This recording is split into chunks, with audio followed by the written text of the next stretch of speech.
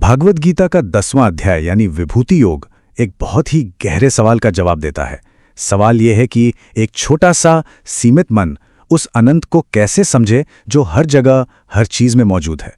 तो ये चैप्टर हमें एक तरीका देता है, एक नजरिया कि उस अनंत को कहीं दूर नहीं बल्कि अपने आसपास की दुनिया में ही कैसे देखें।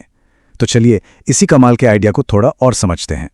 तो प्रॉब्लम यही है कि एक फाइनाइट माइंड, एक सीमित दिमाग इन्फिनिट को कैसे समझेगा। और ये कोई सिर्फ पुराना फिलोसॉफिकल सवाल नहीं है, ये वो उलझन है जो हम सबको कभी ना कभी होती है। और यही सवाल अर्जुन के मन में भी था कि भाई अगर हमारी सोच की, हमारी समझ की एक बाउंड्री है तो हम उस सच को कैसे जाने जिसकी कोई बाउंड्री नहीं है। और यहीं पर गीता का अप्रोच बहुत इंटरेस्टिंग हो जाता है। देखिए, इससे पहले के चैप्टर्स में बात हुई थी एक एब्स्ट्रैक्ट फॉर्मलेस रियलिटी की, निराकार सत्य की, जिसे समझना सच कहूं तो बहुत मुश्किल है। तो अब ये चैप्टर एक ज्यादा प्रैक्टिकल रास्ता दिखाता है। कहता है कि उस अनंत को उसके कॉन्क्रीट फॉर्म्स में देखो, मतलब निर्गुण से हटकर अब सगुण पर फोकस करो।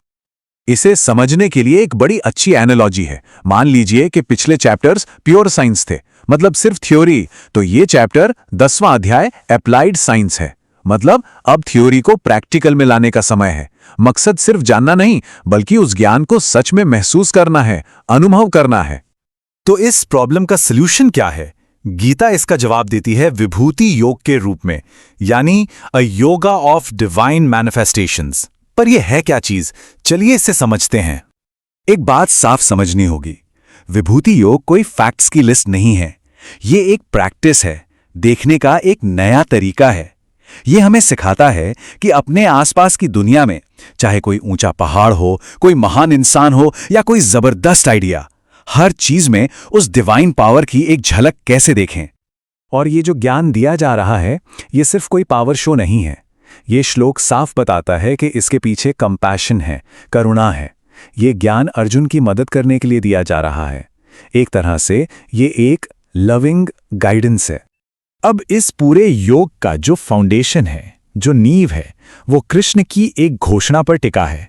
एक ऐसा पावरफुल स्टेटमेंट जो आगे आने वाले हर उदाहरण को एक साथ बांधता है। और ये है इस चैप्टर का कोर आइडिया कि वो डिवाइन पावर कहीं दूर आसमान में नहीं है, बल्कि वो तो हर चीज का, हर जीव का सार है, the very essence of existence. वही हर चीज की शुरुआत है, बीच है और अंत भी, द सोर्स ऑफ एवरीथिंग। तो ठीक है, ये आइडिया तो बहुत बड़ा है, पर इसे प्रैक्टिकल कैसे बनाएं, इसे महसूस कैसे करें? तो अगले हिस्से में हमें मेडिटेशन के लिए कुछ पॉइंट्स दिए जाते हैं, कुछ एग्जाम्पल्स जो दिखाते हैं कि उस एब्स्ट्रैक्ट को कॉन्क्रीट में कहां और कैसे देखें। तो चलिए देखते हैं कुछ उदाहरण। शुरुआत होती है कॉस्मिक लेवल से। आदित्यों में विष्णु, प्रकाश में चमकता सूरज, नक्षत्रों में चंद्रमा, वेदों में सामवेद। पैटर्न समझ आ रहा है? हर कैटेगरी में जो सबसे बेस्ट है, जो सबसे ग्लोरियस है, उसे उस डिवाइन की मैनिफेस्टेशन बताया गया है। ये नजर हमें एक्सेलेंस में डिविनिटी देखना सिखाती है। कॉस्मोस के बाद अब बात आती है नेचर की। पहाड़ों में मेरू, जानवरों में शेर, नदियों में गंगा, पेड़ों में पीपल का पेड़। मतलब प्रकृति की हर शानदार चीज में, उसकी ऊंचाई में, उसकी ताकत में, उसकी पवित्रता में, उसी डिवाइन एसेंस को पहचानने की बात है। और फिर फोकस आता है हम इंसानों पर, ह्यूमन पोटेंशियल पर। योद्धाओं में राम, पांडवों में अर्जुन, मुनियों में व्यास, कवियों में उष्णा। यह हमें सिखाता है कि जब इंसान अपनी काबिलियत के शिखर पर होता है तो वो भी उसी दिव्यता की एक झलक होता है। और ये सिर्फ फिजिकल चीजों तक ही सीमित नहीं है। अब बात आती है एब्स्ट्रैक्ट कॉन्सेप्ट्स की। शब्दों में ओम अक्षर, यज्ञों में जप, चर्चाओं में तर्क और रहस्यों में मौन। मतलब ये जो दिव्यता है, ये फिजिकल और नॉन फिजिकल हर जगह मौजूद है। तो ये सब उदाहरण देखने के बाद अब चैप्टर अपने क्लाइमैक्स पर पहुंचता है। एक ऐसा खुलासा जो इस रियलिटी के स्केल को, इसके विशाल रूप को हमारे सामने रखता है। अब तक जो हमने देखा वो तो बस एक ग्लिम्स थी, एक झलक। ये श्लोक एक तरह से एक मास्टर की है। हमें पूरी लिस्ट याद रखने की जरूरत नहीं है, बस इतना समझना है कि जहां भी, किसी भी चीज में हमें कुछ भी शानदार, शक्तिशाली या सुंदर दिखे, तो ये जान लें कि वो उसी डिवाइन स्प्लेंडर की एक चिंगारी है। ये सच में नजरिया बदलने वाला सूत्र है। और ठीक जब हमें लगता है कि वाह क्या बात है, समझ आ गया, तभी गीता कहती है रुको, ये सब तो बस एक छोटा सा बयान था।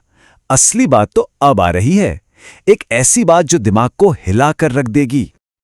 अब इस लाइन को जरा ध्यान से सुनिए।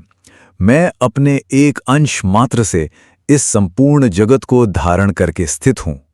मतलब ये पूरा का पूरा ब्रह्मांड, हमारी अरबों गैलेक्सीज, तारे, ग्रह, हम सब, ये सब कुछ उस परम शक्ति के सिर्फ एक छोटे से हिस्से, एक फ्रैक्शन से टिका हुआ है। जरा सोचिए इस बात को।